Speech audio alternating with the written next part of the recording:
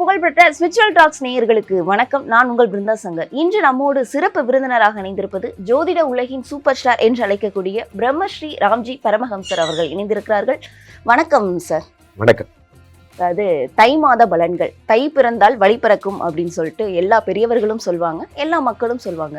கண்டிப்பா இந்த தை மாதத்துல இருக்கக்கூடிய எல்லா ராசிக்காரர்களுக்கு எந்த மாதிரியான விஷயங்கள் நன்மை பயக்கும் அப்படின்னு நினைக்கிறீங்க? தை மாதத்தை பொறுத்தவரையிலே நிறைய கிரகப்பயிற்சிகள் நடக்கிறது. அதில் முக்கியமாக செவ்வாய் உச்சமடைய போகிறார். அடுத்து சுக்கிரன் வருகிறார், சூரியன் வருகிறார், புதன் வருகிறார், எல்லாருமா சேர்ந்து மகரத்துக்கு வருகிறார். ஸோ இது காலபுருஷ தத்துவத்தின்படி காலபுருஷனுக்கு இது 10ஆம் இடம் என்று அழைக்கக்கூடிய தொழில் ஸ்தானம். ஸோ தை பிறந்தால் வழி பிறக்கும். தொழில் நல்லா இருந்தால் தானேங்க வழி பிறக்கும். அப்போ காலபுருஷ தத்துவத்தின்படி அத்தனை கிரகங்களும் 10ஆம் இடத்தில் இருக்கும் பொழுது தை பிறந்தால் வழி பிறக்கும். என்ன காரணம்? தொழில் நல்லா இருக்க போகுது, மேன்மையடைய போகுது, பிஸ்னஸ் டெவலப் ஆக போகுது. அதுதான் அந்த தை மாதத்துடைய பிரதான பலன்கள். அவ்வகையிலே ராசி ரீதியாக ஒவ்வொரு ராசிக்கும் எப்படிங்கிறத பார்த்தலாம்.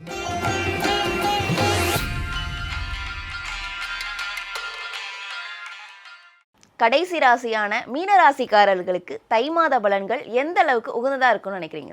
இது என்ன எப்படின்னா, 2026 தொடங்கியதுலேருந்தே நான் சொன்னேன், இந்த வருடம் உருவாக்கப்பட்டதே உங்களுக்காக தான் அப்படிங்கிறது. அதில் முதல் படியாக இந்த தை மாதம் 2/9 செவ்வாய் பகவான் உச்சம் பெறுகிறார். உச்சம் பெற்ற போது இந்த செவ்வாய் பகவான் உச்சம் என்பதால் என்னென்ன பலன்கள் எல்லாம் ஏற்படுது? தனாதிபதி பாக்யாதிபதி உச்சம். தனாதிபதி பாக்யாதிபதி உச்சம் என்பதால் வாழ்க்கையில் நீங்கள் பெருசாக வேறு எதுவுமே செய்ய வேண்டாம். உலகத்தில் நண்பர்களே, நான் எல்லார்ட்டையும் சொல்கிறது தான், vitamin A, vitamin B, vitamin C, vitamin D, என்ன விட்டமினோ எது குறைஞ்சாலும் பரவாயில்ல பார்த்துக்கலாம். விட்டமின் எம்மு மட்டும் குறையக்கூடாது. ஏன்? அதை அடிக்கடி நான் சொல்லுவேன். Vitamin M for money. இந்த மணின்னு ஒன்று இருந்தால் இந்த விட்டமின்லாம் ட்ரிப்ஸ் போட்டு ஏற்றிக்கலாம், நோ ப்ராப்ளம். ஆனால் இந்த மணின்னு ஒன்று இல்லைன்னா எங்கேயும் கிடைக்காது. Money making is the biggest thing. அது உங்களுக்கு கிடைக்க போகுது. 2, 3 9 செவ்வாய் பகவான் உச்சம் பெறுவதால் பண விஷயங்கள் நடக்க போகுது. பாயிண்ட் நம்பர் 1 அதான். பாயிண்ட் நம்பர் 2, 3, 8 அவர் 11ஆம் இடத்தில் அமர்கிறார். யார்? சுக்கிர பகவான். 6 சூரியன் 11ஆம் இடத்தில் அமர்கிறார். அடுத்ததாக 4, 7 புத பகவான் 11ஆம் இடத்தில் அமர்கிறார். இதில் ஒருத்தம் கூட நல்லவன் இல்லை.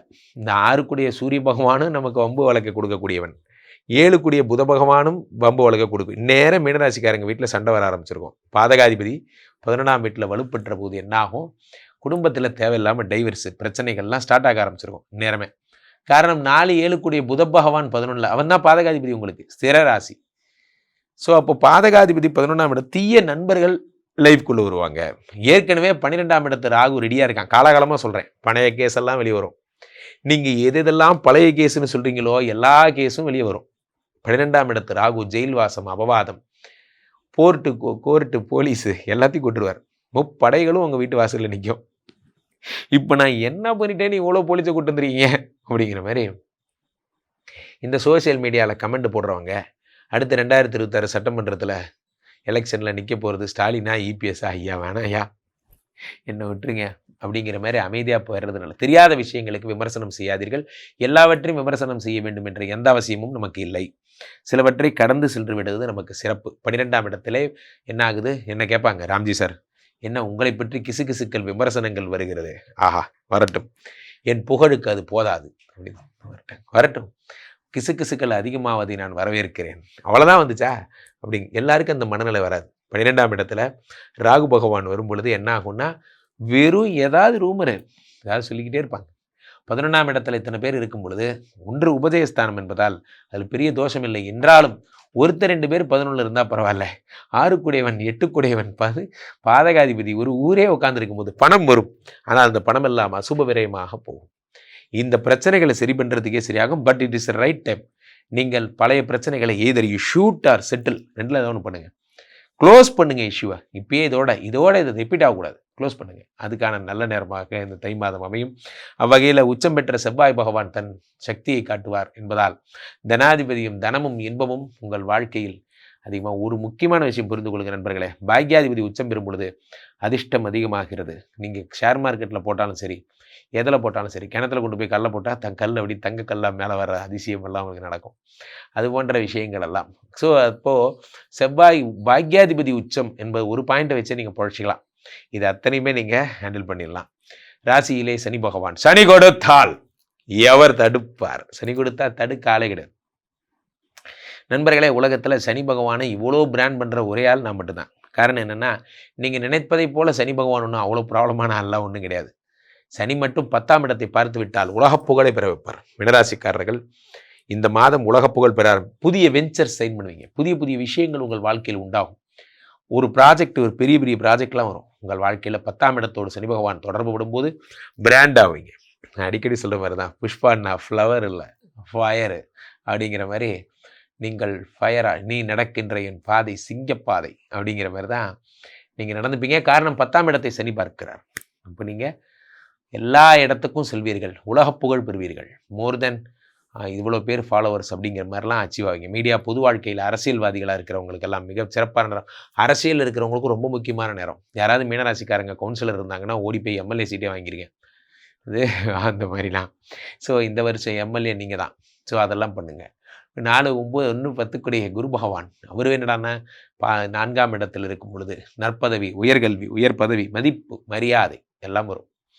ஸோ இத்தனையும் 1, 10 கூடிய குரு பகவான் 4ஆம் இடத்தில் இருக்கும் பொழுது ஏற்படுகிறது. மீனராசிக்காரர்கள் புது காரு, நான் 4ஆம் இடத்துல குரு இருந்தால் புது காரு, புது வீடு, புது ப்ரமோஷன், பிரமாதம். ஆனால் பழைய கேஸு வணக்கம் வந்தனம். பொதுவாகவே இந்த ஒரு வழக்கு உண்டு நண்பர்களே, தை பிறந்தால் வழி பிறக்கும் என்பது.